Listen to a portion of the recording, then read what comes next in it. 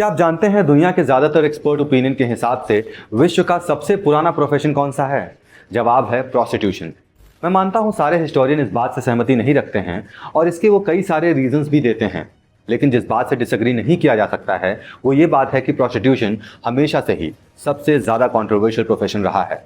नमस्कार, आपका स्वागत है द बल्ब में और आज के इस वीडियो में हम बात करने जा रहे हैं दुनिया के सबसे कंट्रोवर्शियल प्रोफेशन के बारे में, जिसको हम कहते हैं प्रोस्टिट्यूशन। देखिए, अगर बात की जाए प्रोस्टिट्यूशन के अर्लीस्ट डॉक्यूमेंटेशन की तो वो हमें मिल जाते हैं 2400 BC के सुमेरियन रिकॉर्ड्स में, जिसके अकॉर्डिंग सेक्रेड या फिर टेम्पल प्रोस्टिट्यूशन एक रिकॉग्नाइज्ड प्रैक्टिस हुआ करती थी, जहां पर गॉडेस इनाना की पूजा करने वाली पुजारन यानी कि प्रीस्टेसेस हुआ करती थी, जो रिचुअलिस्टिक सेक्सुअल एक्टिविटीज में इन्वॉल्व रहती थी। सुमेरियन सिविलाइजेशन जो वैदिक पीरियड से भी पहले एग्जिस्ट किया करती थी, जहां पर ये प्रैक्टिसेस वो अपने गॉडेस इनाना के लिए किया करती थी, जिन्हें deity of love, beauty, sex and fertility माना जाता है। इन टेम्पल्स में ज्यादातर 3 लेवल की हायरार्की हुआ करती थी।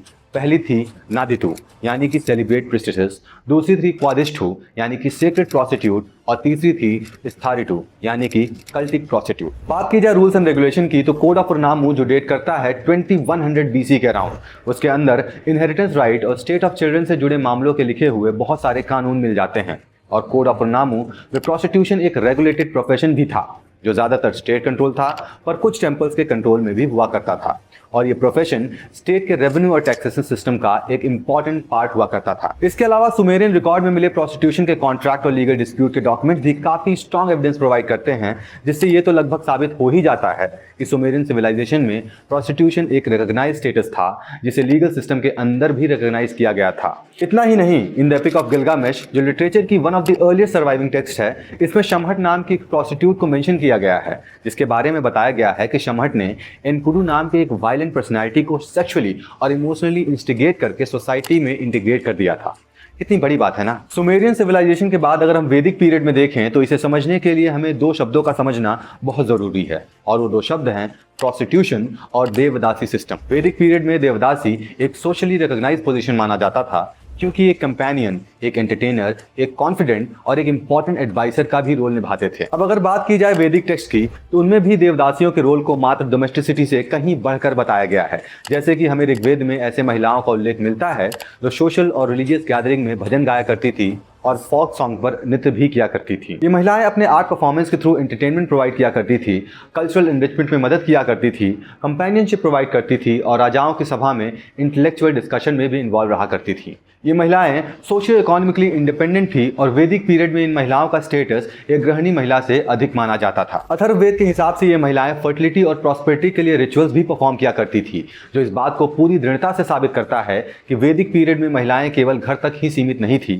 जैसा कि अक्सर तमाम सबूत होने के बावजूद बस यूं ही कह दिया जाता है। और वैदिक पीरियड के बाद इस्लामिक इन्वेजन के दौरान हमारे भारत में ये सिस्टम डाउनग्रेड होकर तब वायर सिस्टम में परिवर्तित हो गया। वैदिक पीरियड का ही एक और एंशिएंट टेक्स्ट कामसूत्र, जिसे खुद वत्स्यानंद ने लिखा है, और टेक्स्ट में उन्होंने समाज में देवदासियों के रोल, उनके संबंध, उनके सामाजिक स्किल को हाईलाइट करते हुए एक निश्चित सोशल सर्कल में उनके सम्मान को लेकर काफी ढेर सारी बातें लिखी हैं। कामसूत्र कहता है कि ये महिलाएं हाईली कल्चर्ड और हाईली एजुकेटेड हुआ करती थीं। ये महिलाएं म्यूजिक, डांस, पोएट्री, कॉन्वर्सेशन और डिबेटिंग स्किल सहित ढेर सारे आर्ट फॉर्म में निपुण हुआ करती थी, और ये महिलाएं बाकी घरेलू महिलाओं से अधिक इकोनॉमिकली सेफ हुआ करती थी। ये महिलाएं कई तरीकों से सोशल कल्चर मेंटेन किया करती थी, जैसे कि सोशल गैदरिंग होस्ट करना, फेस्टिवल के रिचुअल में इन्वॉल्व रहना और उनको परफॉर्म करना, और ये महिलाएं इंटेलेक्चुअल डिस्कशन में भी इन्वॉल्व रहा करती थी। अब वैदिक पीरियड के बाद अगर बात की जाए मिडाइवल पीरियड की तो यहाँ पर हमें एक जनरल ट्रेंड देखने को मिलता है, जहाँ पर समय के साथ prostitution as profession socially less acceptable होता दिखाई देता है, और इस प्रोफेशन के फॉर्म में भी बहुत सारे बदलाव आते हैं। बात की जाए मिडाइवल यूरोप की तो इस पीरियड में क्रिश्चियनिटी यहाँ सबसे बड़े रिलीजन के तौर पर विकसित रहता है, जिसके हिसाब से प्रोस्टिट्यूशन एक सिंफुल एक्टिविटी माना जाता है। लेकिन चर्चेस द्वारा सिंफुल माने जाने के बावजूद ये समाज में एग्जिस्ट करता था, क्योंकि अभी भी काफी लोगों का मानना था कि प्रोस्टिट्यूशन एक नेसेसरी ईविल है, जो सोसाइटी में एडल्ट्री और रेप जैसे अपराधों में गिरावट लाता है। इस दौरान यूरोप में प्रोस्टिट्यूशन के केवल सोशल स्टेटस में गिरावट नहीं आई, बल्कि इकोनॉमिक और लीगल एस्पेक्ट में भी गिरावट देखने को मिलती है। इस दौरान यूरोप में ब्रॉथल्स, जो कि म्यूनिसिपैलिटी के अंडर गवर्न किए जाते थे, और इन ब्रॉथल्स से काफी भारी टैक्स भी वसूला जाता था। यूरोप में चर्चेस में प्रोस्टिट्यूशन को एक स्पेसिफिक ड्रेस कोड को फॉलो करने के लिए मजबूर कर दिया जाता था।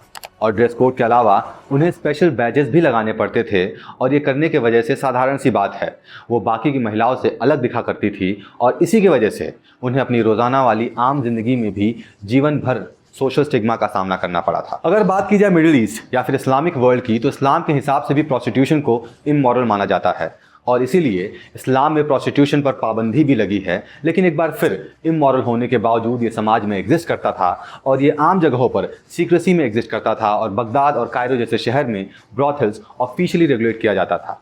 लेकिन वहीं ज़्यादातर इस्लामिक रीजन्स ऐसे भी थे जहां पर प्रोस्टिट्यूशन स्ट्रिक्टली इलीगल था और दोषी पाए जाने वाली महिलाओं को शरिया लॉ के हिसाब से दंडित भी किया जाता था। मिडाइवल यूरोप और मिडिल ईस्ट में प्रोस्टिट्यूशन की सिचुएशन समझने के बाद अब बात करते हैं मिडाइवल पीरियड के एशिया की और शुरुआत करते हैं भारत से। 11वीं सेंचुरी के बाद से ही भारत के ज़्यादातर इलाकों में इस्लामिक डायनेस्टीज़ का रूल चलता था और उनके आने के बाद ये इस्लामिक लीडर्स अपनी इस्लामिक आइडेंटिटी लोगों पर थोपने लग गए और प्रोस्टिट्यूशन इस पर भी स्ट्रिक्टली बैन लगा दिया गया। इसके बावजूद इस्लामिक लीडर्स के कोर्ट में तवाइफ सिस्टम काफी तेजी से अपनी जगह बनाने लगा, जिनका सोशल स्टेटस देवदासियों से कहीं नीचे गिर चुका था। केवल सदर्न इंडिया ही भारत का एक ऐसा भाग था जहां देवदासी सिस्टम सर्वाइव किया, लेकिन समय के साथ वहां पर भी एक सेक्रेट सर्विस मात्र प्रोस्टिट्यूशन में परिवर्तित हो गया और ऋग्वेद, अथर्ववेद और कामसूत्र में मेंशन देवदासी सिस्टम मिडाइवल पीरियड में लगभग पूरी तरह से खत्म हो चुका था। अब अगर बात की जाए चाइना की, तो मिडाइवल पीरियड के चाइना में प्रोस्टिट्यूशन ऑफिशियली तो बैन माना जाता था, लेकिन टैंग और शैंग डायनेस्टीज में शहरों में गवर्नमेंट द्वारा रेगुलेटेड ब्रॉथल्स भी एग्जिस्ट किया करते थे। इसके अलावा इन प्रोस्टिट्यूशन को अथॉरिटी द्वारा प्रोटेक्शन भी प्रोवाइड किया जाता था और ये टैक्सेशन सिस्टम में भी इंक्लूडेड था। वहीं दूसरी तरफ चाइना के कुछ फैमिलीज कोर्टिसन सिस्टम में विश्वास रखते थे और ये कोर्टिसन म्यूजिक, पोएट्री और कैलीग्राफी जैसे स्किल्स में काफी निपुण हुआ करती थी। ओवरऑल चाइना की बात की जाए तो एंशिएंट टाइम में जहां कोर्टिसन का अधिक बोलबाला था, लेकिन मिडाइवल पीरियड आते आते इनका स्ट्रैटिफिकेशन होने लग गया। मिडाइवल पीरियड में हाई क्लास कोर्टिसन को प्रिविलेज पोजीशन हासिल था, तो वहीं दूसरी तरफ लोअर कास्ट प्रोस्टिट्यूट्स को बहुत अधिक हार्श कंडीशन और सोशल स्टिग्मा का सामना करना पड़ता था। चाइना की तरह जापान में भी कोर्टिसन और प्रोस्टिट्यूशन दोनों साथ में एग्जिस्ट किया करते थे, लेकिन दोनों के बीच में बहुत ही ज्यादा सोशल हायरार्की डिफरेंस एग्जिस्ट करता था। जापान के अंदर में मिडाइवल पीरियड में प्रोस्टिट्यूशन केवल लाइसेंस प्लेजर डिस्ट्रिक्ट में ही ऑर्गेनाइज हुआ करते थे, जिन्हें युकाकू कहा जाता था। मिडाइवल पीरियड तक प्रोस्टिट्यूशन के ओवरऑल सिचुएशन को समझने के बाद अब सुमेरियन सिविलाइजेशन और वैदिक इंडियन पीरियड को मिडाइवल पीरियड के प्रोस्टिट्यूशन से कंपेयर करते हैं और एनालाइज करते हैं कि इन दो बड़े पीरियड्स में इन सिस्टम में कितना बड़ा बदलाव आया। सबसे पहला डिफरेंस है decline in social status and activities.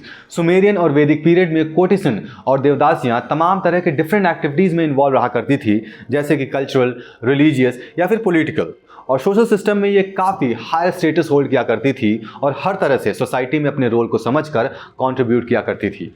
लेकिन मिडाइवल पीरियड आते आते इन महिलाओं का सोशल स्टिग्मा, लेस प्रोटेक्शन और उससे भी कम अपॉर्चुनिटीज का सामना करना पड़ा था और कई रिलीजन्स के अंदर तो इन्हें स्ट्रिक्ट पनिशमेंट तक दिया जाता था, जहां इन्हें पब्लिक ह्यूमिलिएशन से लेकर मौत तक का सामना करने की संभावनाएं बहुत ज़्यादा बन जाया करती थी। इसके बाद दूसरा इंपॉर्टेंट डिफरेंस जो हमें देखने को मिलता है वो इस प्रोफेशन का सेक्रेट से केवल सेक्सुअल की तरफ का शिफ्ट है।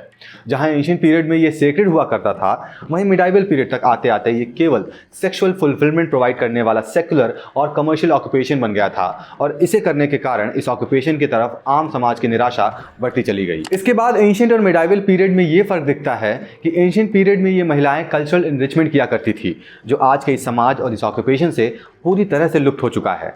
भारत में तवाइफ और जापान में ओइरान सिस्टम सर्वाइव कर जाने की वजह से इन जगहों पर आज तक इनका कल्चर कहीं ना कहीं अभी सांसें भर रहा है, वरना इस्लामिक और क्रिश्चियन एक्सपेंशन की वजह से बाकी पुराने सिविलाइजेशन से तो कब तक दम तोड़ चुका है। दोस्तों, ये था एंशिएंट पीरियड और मिडाइवल पीरियड में डिटेल्ड प्रोस्टिट्यूशन, कोर्टिसन और देवदासी सिस्टम के बीच का फर्क। अगर आपको ये वीडियो पसंद आया है और मॉडर्न वर्ल्ड में इस ऑक्यूपेशन में कैसे कैसे चेंजेस आए हैं और आज ये किस फॉर्म में और कैसे सर्वाइव कर रहे हैं, ये सब कुछ समझना चाहते हैं तो कमेंट सेक्शन में हमें ज़रूर बताएं, ताकि जल्द से जल्द हमारी टीम इस पर काम कर सके और हम इस वीडियो का सेकंड पार्ट ला सकें। और ऐसे ही इंटरेस्टिंग वीडियोस को देखने के लिए सब्सक्राइब कर लीजिए द बल्ब को। आपसे मिलते हैं अगले वीडियो में, तब तक के लिए धन्यवाद।